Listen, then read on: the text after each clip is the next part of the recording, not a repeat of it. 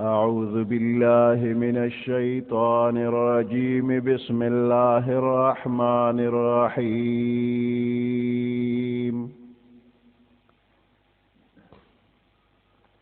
وإذ جعلنا البيت مثابة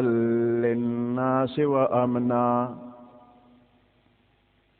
واتخذوا من مقام إبراهيم مصلى وعهدنا إلى إبراهيم وإسماعيل أن طهرا بيتي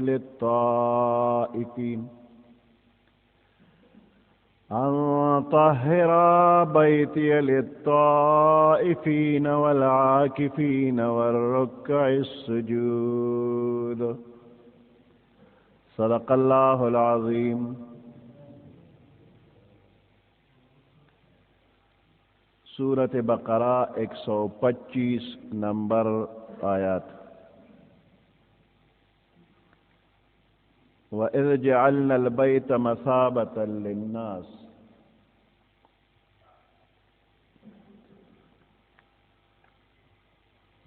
बैतुल्लाह द अल्लाह द रहमतुनो और द बरकतुनो यो मरकज दे।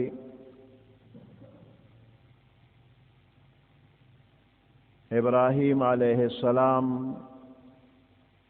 द दे बैत बानी दे। अल्लाह वर्ला पे इम्तिहानातों के कामयाबी दो बांधे यो इनाम वर्कवे इन्नी जाइलुका लिन्नास इमामा, वे तमे द टोलो खल्को द पारा इमाम और पेशवा जोड़ ले। इब्राहिम अलैहिस्सलाम दा इनाम कबूल कर और द खपलो द बचो द पारे हम सवालो के दा बची में इमामान और पेशवायान का दा इनाम में औलाद तवर का। अल्लाह फरमाइल चे सवाल ले कबूल ले मगर स्ता आम औलाद त इमामत और पेशवाई निशी मिलावे दे, बल्कि सोच चे अहलवी नागत ब मिलावीगी या नेकान और मुत्तकियान खलक दी। कम चस्ता औलाद के फासिकान और जालिमान दी नुदा दरजा हासिलोली निशी और ताच कम कोर जोड़े आबादे नुदा कोर मसाबतन लिन्नास,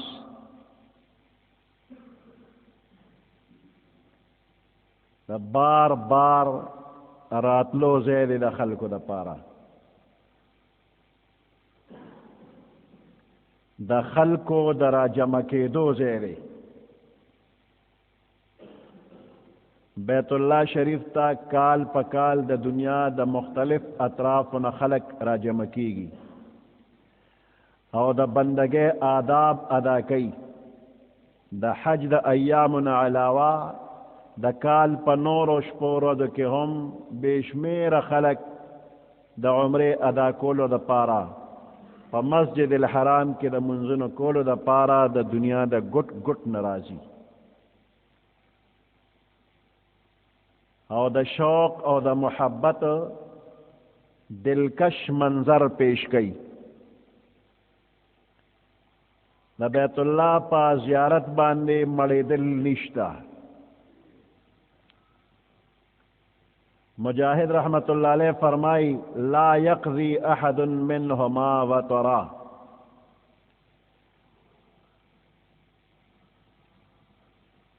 सोख हम द दे पर ज़ियारत बांधे मड़ेगी ना, बल्कि हर जल डड़वान दिना ज़ियाद शौक सरा राजी। यानी द बैतुल्लाह ज़ियारत की योजल चाओ को न बल जल बलागे न पज़ियात शौक बांधे जी। द दुनिया द खश्ता न खश्ता से योजल या द्वजल उली देशी न ब्या द अगे ज़ियारत शौक पजड़ के द चाम नाराजी और द बैतुल्लाह दा खुसूसियत दे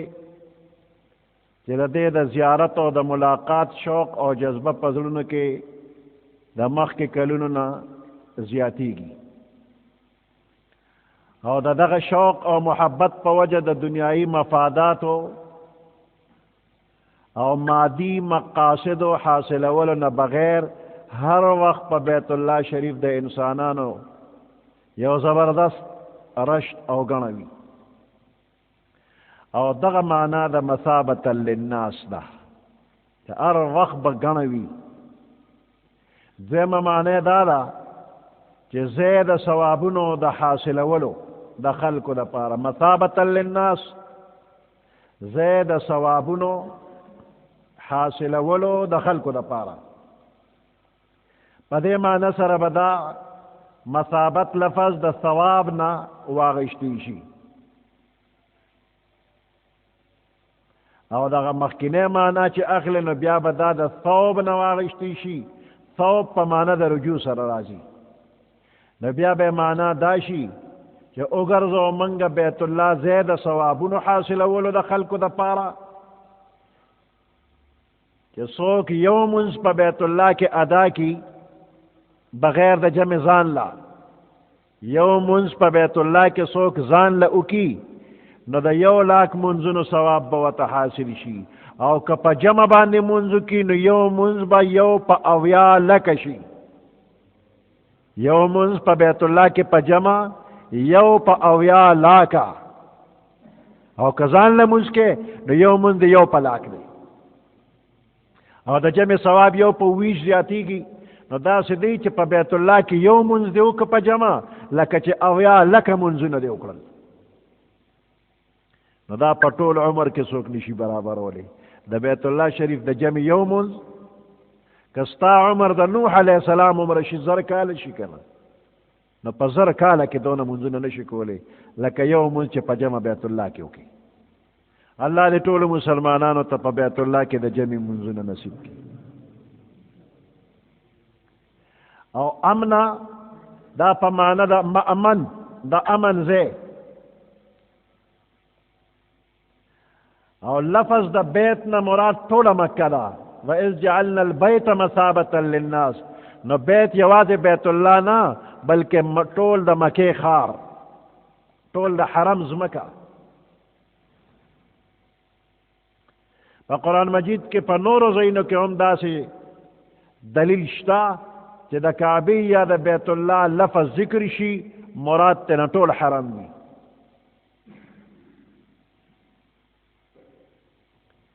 د جاهلیت د زمانې نه دا طریقه را روانه چې په حرم شریف کې چاته د پلار قاتل ملو شي نو انتقام او بدله به ترې نه اخلي، جنگ جګړه به دغلته نه کوي. حرم شریف کې جنگ جګړه کول حرام. اسلامی شریعت کې هم دا حکم باقی پاتې شوی دی.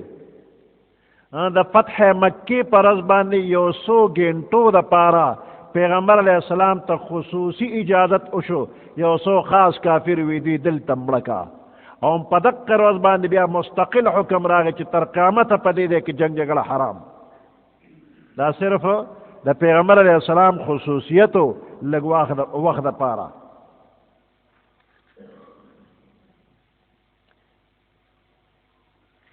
اوس یو سوال دا دی چې حدود یا قصاص په چا باندې لازم شي او هغه حرم ته راغی نو حرم به امن ورکوي؟ نو حرم دله امن نه ورکوي بلکې په هغه باندې به حد او قصاص جاری کیږي. البته دلته یو مسله د امامانو په نس کې اختلافي ده، هغه دا چې یو کس د حرم نه بهر جرم وکي او حرم کې پناه واخلي نو د سره به څه معامله کیدی شي؟ نو په دې کې بعض امامان وایي چې دته به شرعي سزا ورکولی شي، و امام اعظم ابو حنیفه رحمت الله علیه په نس باندې سزا خو به په سزا به ورکولی شي، بے سزا به نه پرېښودی شي، خو دې کې به داسې مجبور کړي شي چې دې نه وځه، حرم نه وځه. نو چې د حرم نه وځي نو بیا به ولا سزا ورکېږي،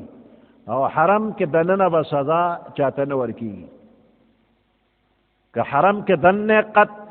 ګناه وکړه قتل یې وکړه وغیره که د حرم نه بار کړې ده نو دلته به مجبور کړي شي چې دې ځای نه وځه نو چې د حرم نه بهر کړي نو بیا به شرعي سزا ورکړي شي.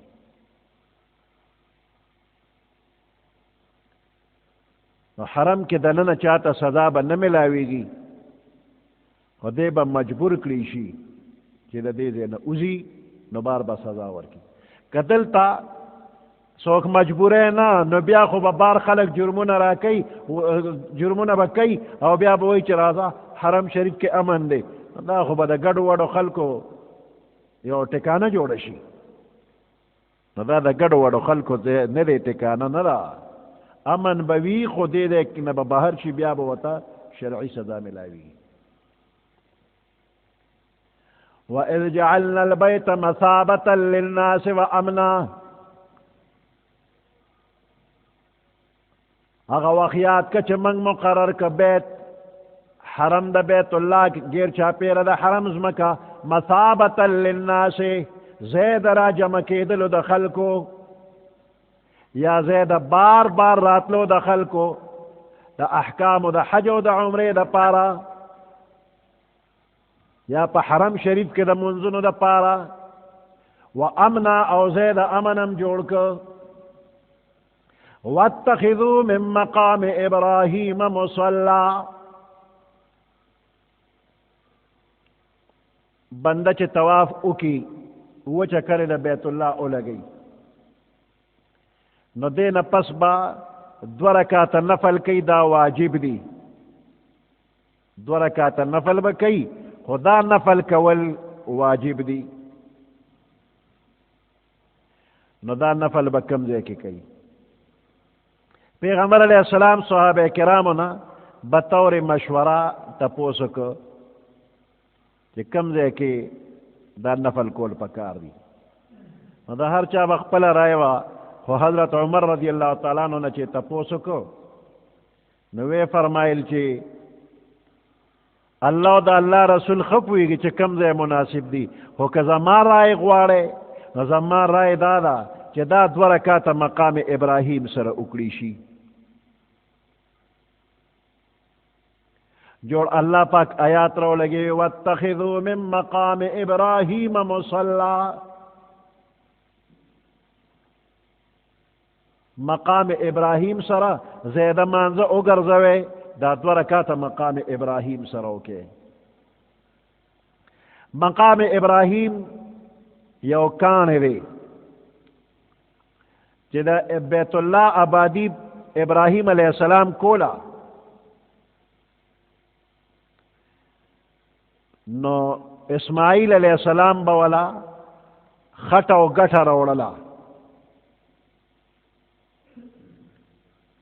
نو ابراہیم علیہ السلام چې تر کومې پورې په ځمکه کار کولی شو بغیر قواضې نو کار یې کو خو چې کله د سینې پورې دیوال ورسیږي نو ګلکاران قواضې تړي. نو ابراہیم علیہ السلام له الله پاک دا کاڼي ورکو وی په دې کاڼي ودرېږه نو د قواضې تړلو د جوړولو ضرورت به دې نه وي. نو په دغه کاڼي باندې چې ابراهیم علیه السلام ودرېده نو دا کاڼي داسې نرم شو لکه د خټې په شان نو په خټه کې چې قدم کېد نو قدم پکې ډوب شي. نو دا معجزه وه چې دا کاڼي نرم شو او د ابراهیم علیه السلام دواړه قدمونه پکې ورډوب شو. بیا چې دیوال څومره اوچتېده نو دا کاڼي به په خپله اوچتېده او چې ابراهیم علیه السلام به ښکته را کوزېدل غوښتل نو دا کاڼي به په خپله ښکته شو او ابراهیم علیه السلام به ځمکې ته را نږدې شو د کاڼي نه به راکوشو. قدرتي لفټو ښکته کېدل پورته کېدل به پکې کېدل. دا به طور معجزه و.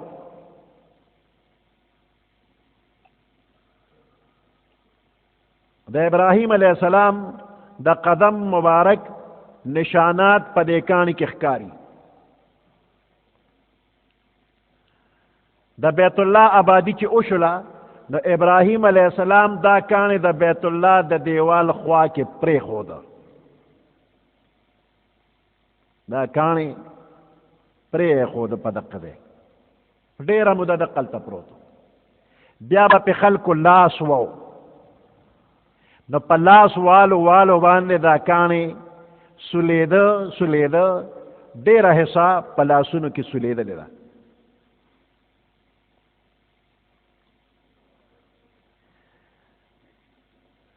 د بیت الله غیر چاپیره بنیاد کې سپینې ګټې لګېدلې دي دیوالونه ټول د تور کاڼي جوړ دي خو داسې پشتي شانتې په ځمکه لګېدلې ده چې دا پشتي هم تقریبا 2 فوټه پلنوالی به کوي تقریبا 2 فوټه پلن پشتي ده او سپینه ګټه ده سپین کاڼي دي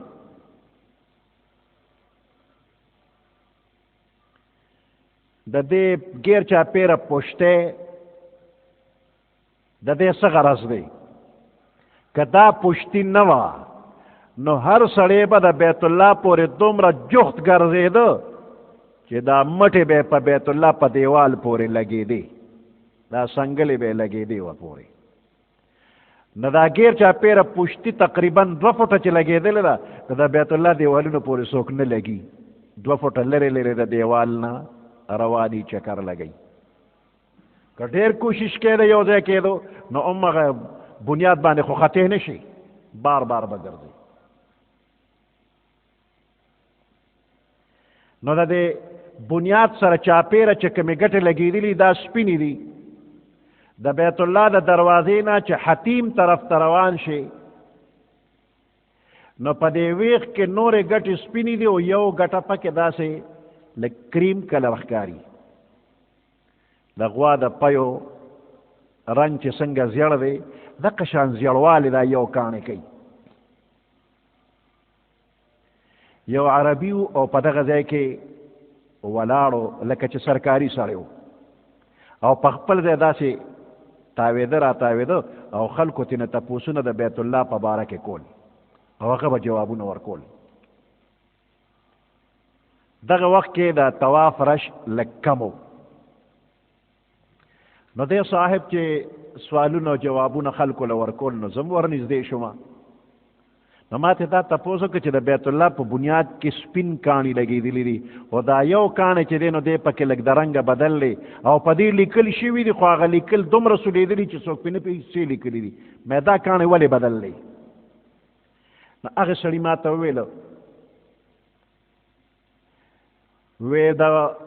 مقام ابراهیم د بیت الله دی بنیاد سره جخت پروتو د حضرت عمر رضی الله تعالی عنہ په دور کې سیلاب راغی د باران اوبو نو دا کاڼې مقام ابراهیم کاڼې چې دی نو دا د اوبو ورغړو او پر غړېدو کې مسفلې بازار ته ورسېده مقام ابراهیم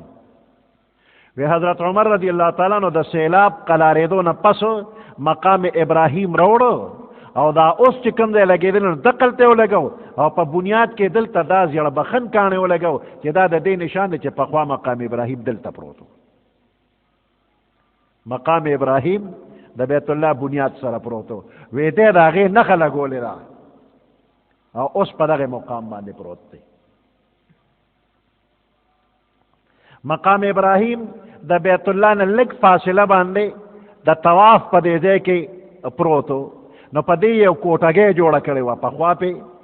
ورکوټې کمره وه پخوا د طواف رش کم و بیا د طواف رش زیاتېده نو د طواف د رش زیاتېدو په وجه کوټګۍ روانه کړله او اوس دغه مقام ابراهیم نومې کاڼي دپاره په ځمکه داسې یو ډبه شان جوړه کړې تقریبا 2 فوټه یا څه د پاسه 2 فوټه اوچته او په هغې د پاسه مقام ابراهیم سوربخن کاڼی دی هغه په هغې د پاسه ایښی دی او د هغې د پاسه ګیر چاپیره یو خول یې تو کړی دی بلور شیشه ده هغه ترې نه چاپیره لګېدلې ده او بیا د اوسپنې ګریل ته نه چاپېره لګېدلی دی نو چې سړی راسې په ولاړه وګوري په هغې شیشه کې نو مقام ابراهیم دا سوربخن کان ښکاري او د ابراهیم علیه السلام د خپو مبارکو هغه نقش په هغې کې 3-4 انچي جوور ښکاري 3-4 انچه جوره کنده په هغې کې ښکاري چې دومره دا خپه ننوتې ده د په نظر باندې راځي د ابراهیم علیه السلام قدم مبارک زمونږ د دې عامو قدمونو په شان بلکې یو پوټي شانتې زیات دی دومره زمانه کې دا قدمونه او انسانان دومره ډېر نه دي واړی شوي اندازتاً یو شانتې ښکاري د قدمونو نشان مبارک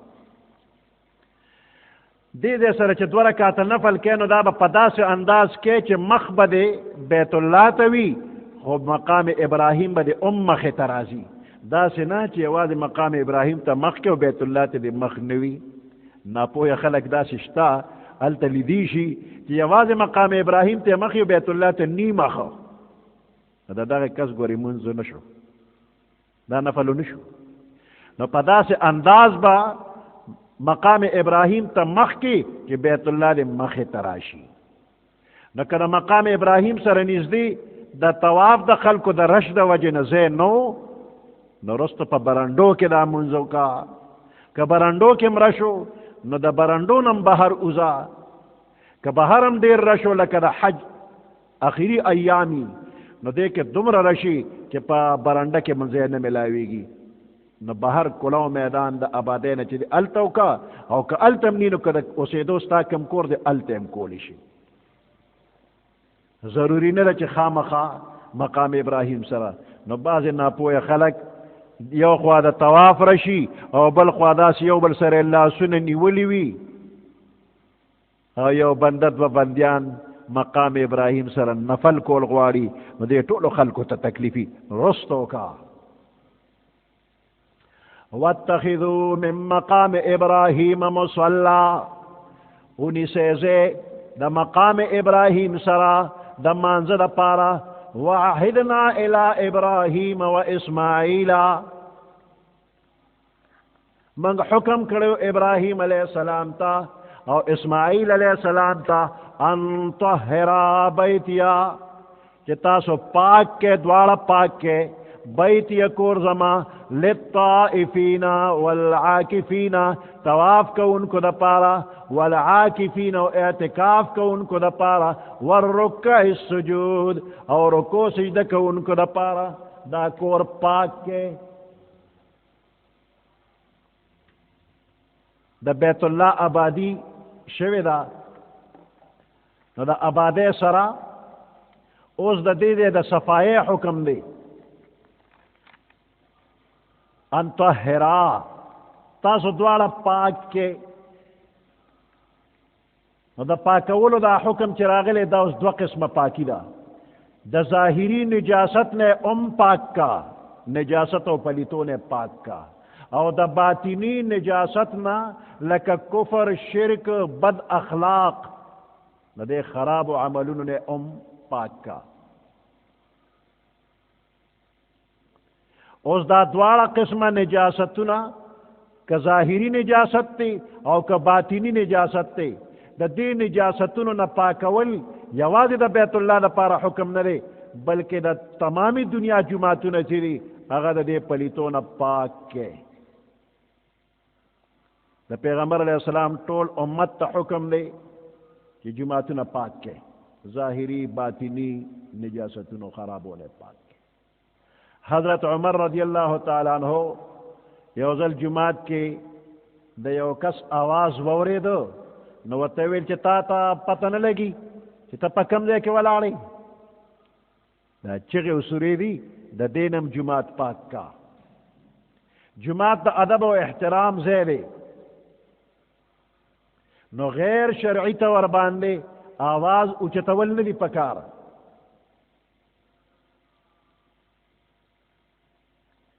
جماعت ته ننوتون کی باندې لازم دی چې خپل بدن او کپڑے خپل بدن او کپڑے دا ټولو نجاستونو نه او د بد بویونو نه پاک کی او خپل زړه د شرک او کفر او نفاق او د بدو اخلاقونه پاک کی، لکه غرور، تکبر، حسد،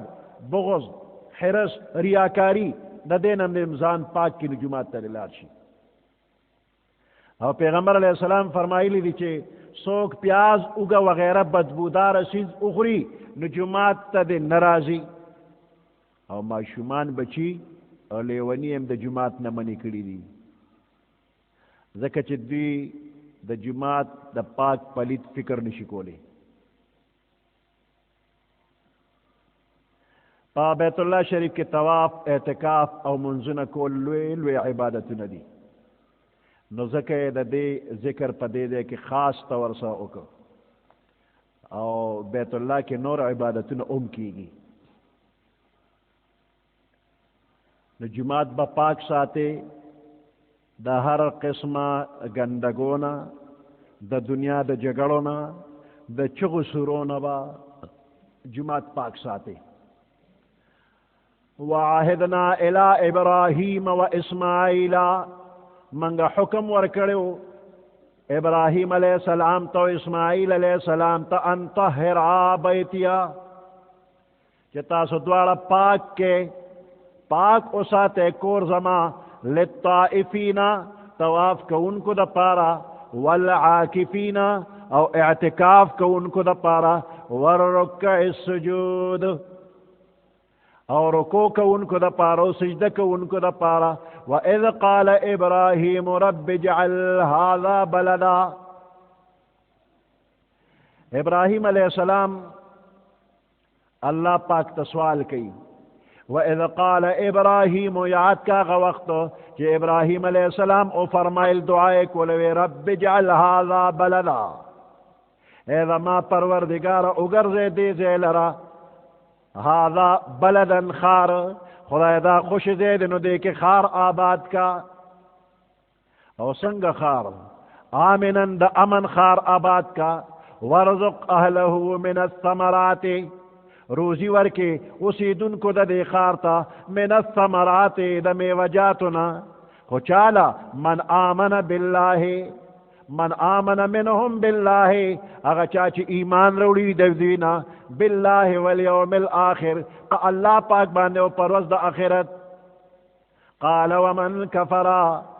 اللہ پاک او فرمائل او اگا سوک چی کفر کری دے، فأمتعه قلیلا، کہ کفر کری اغلبم رزق ورکوم، فأمتعه فیدب ورکوم، نفب ورکوم، قلیلا لگے روزی دا دنیا. ثم اضطره الى عذاب النار، بے پزور را اغوارما عذاب دا دوزختا. وبئس المصیر، او دیر ناکار زید ورطلو دا دویدی. نو دے آیات کے ابراہیم علیہ السلام دا مکے او اہل مکے پا حق کے دا دعا ذکر کرے دی. ابراہیم علیہ السلام دا اللہ پا حکم خپلا بی بی حاجرہ رضی اللہ تعالیٰ عنہ او خپل معصوم بچے اسماعیل علیہ السلام بیت اللہ شریف پخوا کے پدے خوش دشت کے پرے خودل، اور دعائے اکڑلا کہ خدای دے دے کے خار جوڑ کے دا امن خار جوڑ کے. دعا قبول شدہ. مکہ مکرمہ یودا سے آباد خار جوڑ شو، چې د خپل آبادین علاوه د ټول دنیا د پاره هم یو مرکز جوړ شو. د دنیا د هر طرف نه مسلمانان دلته راځي او د خپل ځان د پاره یو لوی سعادت او نیکبختی ګڼي. او الله پاک دا خار د امن او د حفاظت ځای جوړ کړ. د بیت الله شریف د مخالفینو قومونو او بادشاہانو قبضه هم په دې ځای باندې نشي کېدی، د هغې نه الله محفوظ کړی دی. د اصحاب فیل د ابرهه لښکر قرآن مجید کې ذکر دی، یو لښکر په دې ځای راغی، هغه خدای کامیاب نه کړ، الله ټول تس نس کړل. د ابراهیم علیه السلام دعا قبول شوه چې دا د امن خار دی او دې ته څوک نقصان رسولی نشي. خو دا خار داسې دی چې په دې کې فصلونه کرل نشته، زرغونه پکې نه کېږي، اوبه پکې نشته، دغه یو د زمزم اوبه پکې دي او نور پکې چینې او نهرونه وغیره درک نه لګېږي. ابراهیم علیه السلام دعا وکړله چې ورزق اهله من الثمرات من آمن منهم بالله والیوم الآخر. ورزق اهله من الثمرات، خدای روزی ورکې د مکې مکرمې اوسیدونکو ته من الثمرات د میوجاتونه. نو دې رزق کې تمام ضروریات راغلل، په اسانه دې ته رزق ورکې. خوا کې د طائف ځمکه داسې جوړه ده چې هر قسمه میوجات پکې موجود دي، مکې ته راځي. او یوازې طائف نه د تمام دنیا کم کم ځای کې چې میوجات کیږي، یجبا الیه ثمرات کل شیء. سورۃ قصص کې الله فرمایي راختی شي دیتا، روړلی شي دی مکې مکرمې ته ثمرات کل شیء، میوجات د هر یو شي، د هر یو شي میوه.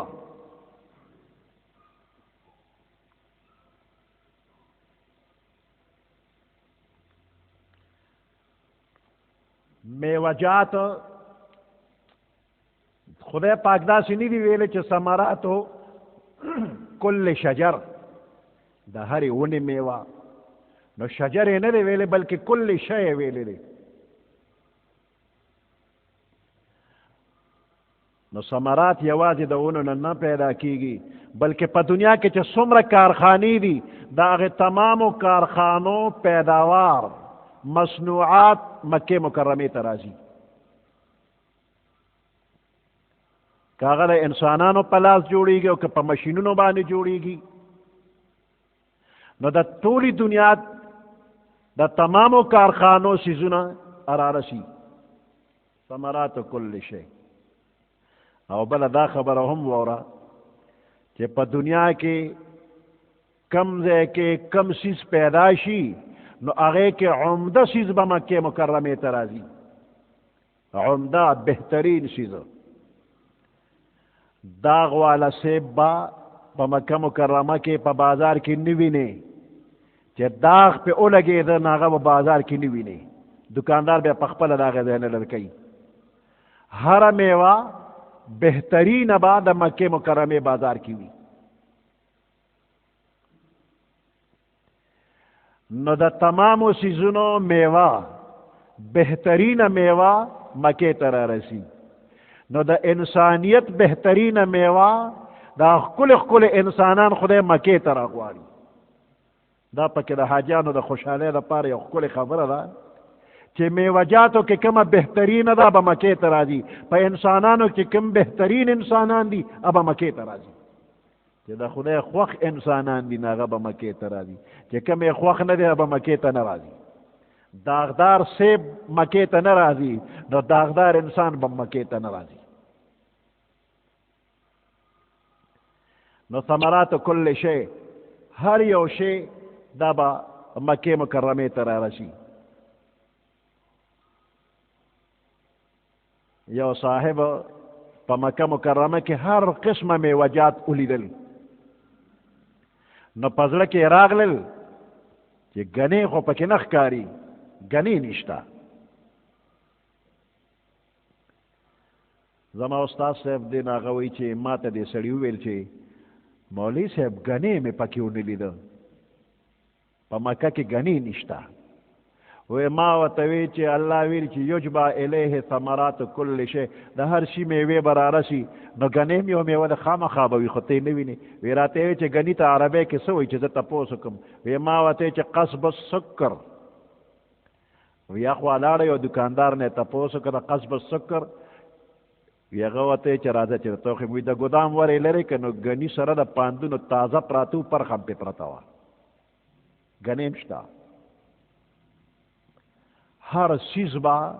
پا مکہ مکرمہ کی ہوئی دا تمام دنیا بہترین چیزنا دا برا رسی ابراہیم علیہ السلام پا دے دے کے سوال کئی کہ خدای مخ کے خمی در طویلی چے زما بچیم امامان کا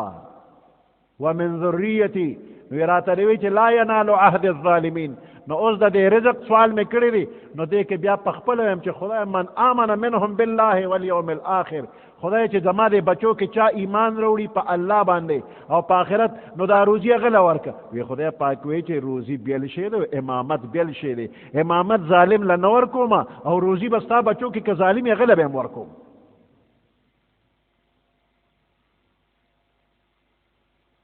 من آمن منہم چاچ ایمان رویلی وی دوینا باللہ والیوم الآخر قال ومن کفرا فامتعه قلیلا کچا کفر کری وی اغلم فیدہ ورکوما خلگا غندے ثم اضطره الى عذاب النار بیا بے پزور باندے راولما عذاب النار دا دوزخ عذاب تا وبئس المصیر اور دیر ناکار زیدہ وطلو دا دویلی